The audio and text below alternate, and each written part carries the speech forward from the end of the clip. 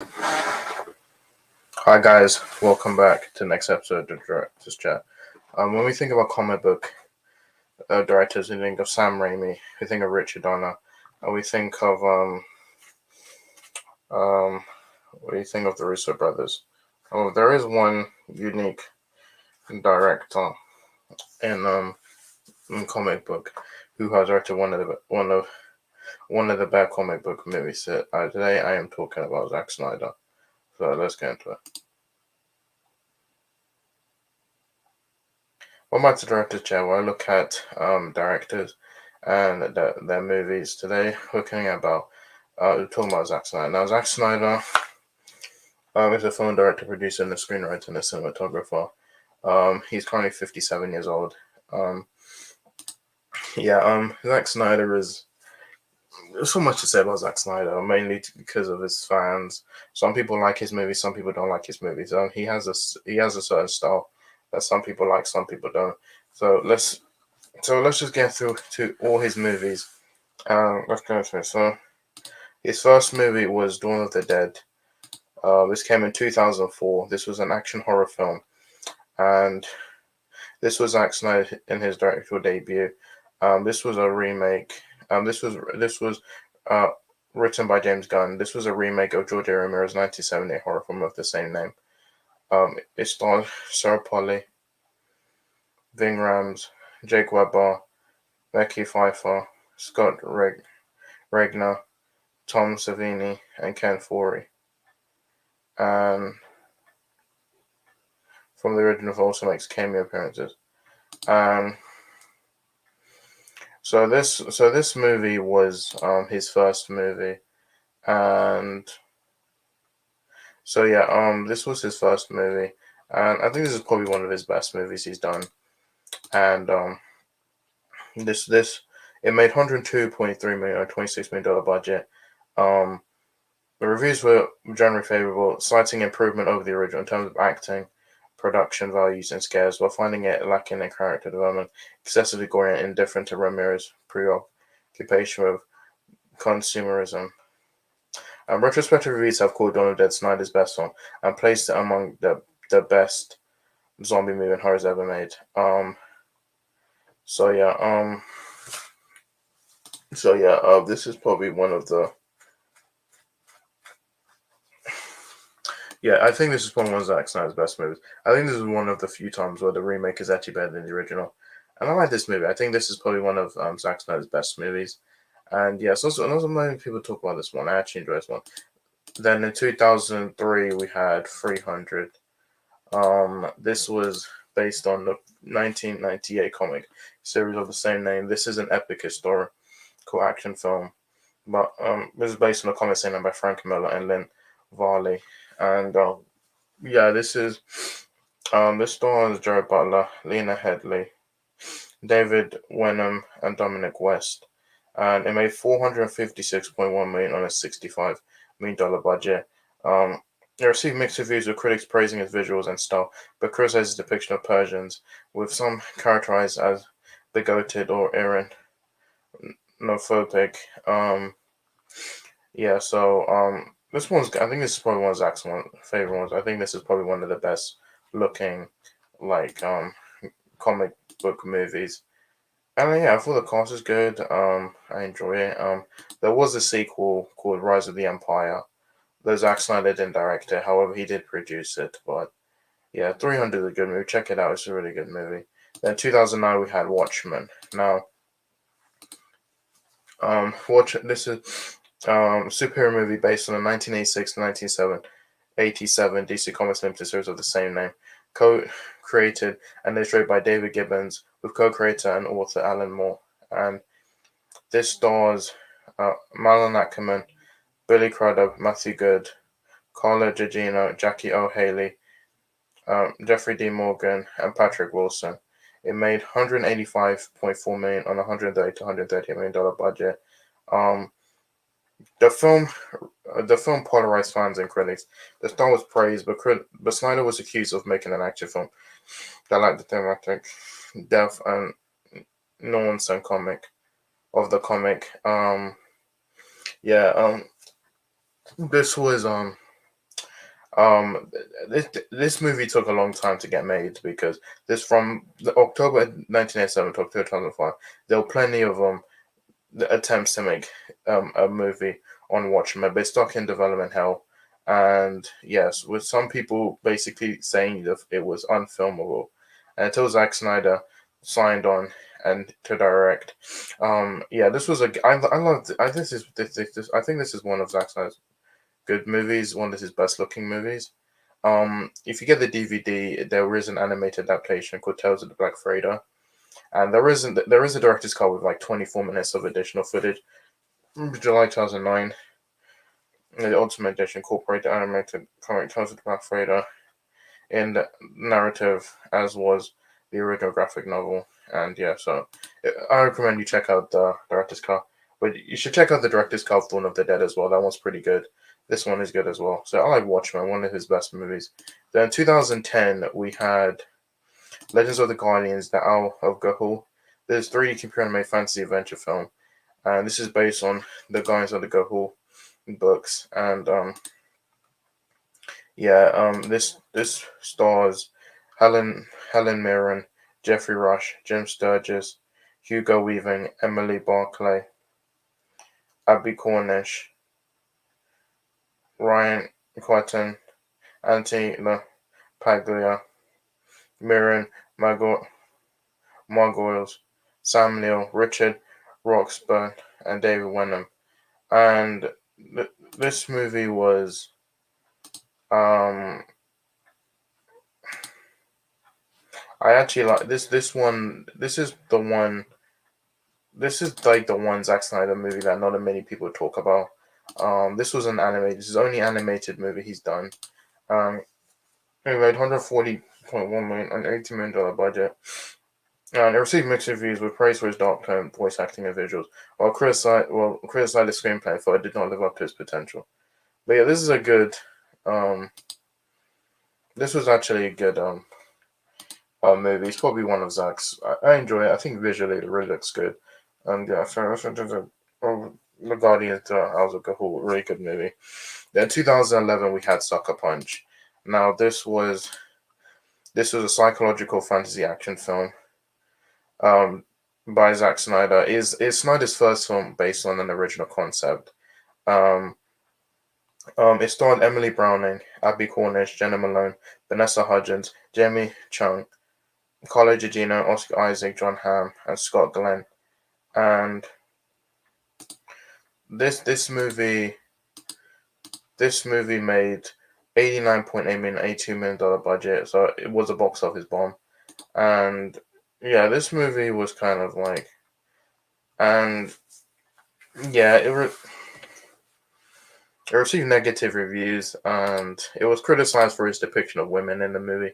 Now, I saw this movie one time on Netflix, and I thought it was okay. Like, I think, but the story isn't good. I feel like they don't really develop the characters all that well, and I feel like the visuals are good, the action is good. I just feel like the story just wasn't. I feel like if the story was better, probably would have been a better movie. But the cast is good, but I just feel like the action are good. You can check out the action. It has good action sequences. I just feel like the story is lacking. Some of the character development, but I still like the actors. So I Sucker Punch.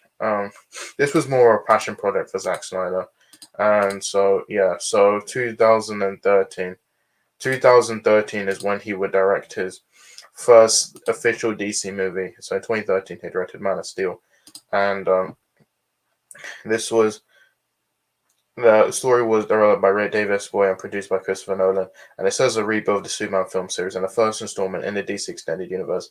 And it stars Henry Cavill, Amy Adams, Michael Shannon, Kevin Costner, Diane Lane, Lawrence Fishburne, and Tujay Tron, Ayat Zura, Christopher Maloney, and Russell Crowe. It made 668 million on a 200 to 225 million dollar budget. So critics felt the film's visually appealing action sequences were not enough to overcome its descent into generic blockbuster territory, and they divided over Cavill's performance as Superman. Um, So yeah, I actually like this movie. I think Henry Cavill's good as Superman. I think this is probably my favorite one I like of. This is the one I enjoy the most out of the three he's done because I feel like this one is shorter and it gets to the point. And yeah, I like this movie. And they started the DCEU. And I wish there was a sequel. They tried since 2014. They tried to do a sequel, but this got cancelled following the restructuring of DC Films as DC Studios. And yeah, I hope we get Man of Steel 2 one day, maybe as an Elseworld, but if not, I'm happy with this film. And yeah, I love Man of Steel. I love the action. I love all the actors. Everyone is good in this, and I enjoy it. Like for what it is, I enjoy it. One of the best. Like 10 years, over 10 years. This movie's 10 years, and the effects still hold up. So yeah, then 2016 we had the follow up, Batman versus Superman: Dawn of Justice. Is a follow up to Man of Steel and the second film in the DC Extended Universe, and this starred Ben Affleck, Henry Cavill, Amy Adams, Jesse Eisenberg, Diane Lane, Lawrence Fishburne, Jeremy Irons, Holly Hunter, and Gal Gadot. And this one was this made 873.6 million on $253 million budget. Um, Following a strong debut that set new box office records, the film experienced a historic drop in its second week and it never recovered. Um, and it performed below expectations and generally I received generally unfavorable reviews from critics. There was an extended cut, dubbed the Ultimate Cut, features 31 minutes of additional footage and was released to home media, which I think the Ultimate Cut is way better. Now there was a director's cut. I forgot to mention that Sucker Punch. There was one that on the Blu-ray, but Zack Snyder said there is an actual director's cut. They haven't released it yet, which I would want to see it, but I don't think we'll get. And I liked. And the thing with Batman vs. I know a lot of people don't like this movie. Some people like it. I don't like the theatrical cut. If you're gonna watch this movie, I highly recommend you watch the ultimate cut, which is the 3 hour cut, because that one it fills in all the problems you had with this movie. Everything is more fleshed out. It's easier to follow. So that's Batman vs Superman. In 2017, we got Justice League. So there's a lot to talk about this movie. Um, this was the fifth installment in DC Extended Universe, and this starred Ben Affleck, Henry Cavill, Amy Adams, Gal Gadot, Ezra Miller, Jason Momoa, Ray Fisher, Jeremy Irons, Diane Lane, Quentin Nielsen, and J.K. Simmons. And it made $657.9 million on a $300 million budget. Um, yeah. So this was in production like right after Batman vs Superman. Um, so So Snyder stepped down from the film following the death of his daughter. Whedon was hired to oversee the remainder of post-production, including writing and directing additional scenes, as well as reshooting a large portion of the film, which changed many aspects to it. Snyder ultimately retained sole credit as director, with an estimated production budget of $300 million. Just think it's one of the most expensive films ever made. Um, um, it failed. It only made 657 million worldwide against an assumed break-even point of 750 million, becoming a box office bomb and losing Warner Brothers an estimated $60 million. It received generally mixed reviews from critics, with criticism aimed towards the plot, pacing, generic villain cinematography, and computer-generated imagery, while human light tone were met with polarized responses. Although the action sequences and performances, particularly Godot and Miller, were praised. Whedon's major involvement during post-production was also received harsh criticism, especially from the cast, particularly Godot and Fisher. And we did get a Snyder cut, which was Snyder's original vision, which I would get to that. Which um, Justice League, which is pretty much called Justice League. I actually saw this in cinemas. I actually liked this movie when it came out, and then so many people hated it, and I know. And I wanted to know what happened to it. I really didn't know why did everyone hate it, and then I found out what happened with the movie and like what happened. So like that's why I just don't. It's one of my least favorite movies, and I'm happy we got the Snyder cut, which I'm going to talk about next. So, in 2021, we had Zack Snyder's Justice League. This is Zack's original vision, and this was Zack's original vision. Many people expressed interest in Snyder's version of the film, which is often referred to as the Snyder Cut, although most industry insiders reportedly it's unlikely. Warner Bros. Moved ahead with it in February 2020 in May. They announced it would be released as Zack Snyder's Justice as a HBO Max original film. 70 million was spent to complete the visual effects, score, and editing, with new material being shot in October 2020. The release was originally planned as both a 6-episode miniseries and a long feature-length film, with the former concept being cancelled no, 2021, in favor of releasing it as the latter. The film is dedicated to the memory of Autumn Snyder, and this starred Ben Affleck, Henry Cavill, Amy Adams, Gal Gadot, Ray Fisher, Jason Momoa, Ezra Miller, William Dafoe, Jesse Eisenberg, Jeremy Irons, Diane Lane, Connie Nielsen, and J.K. Simmons.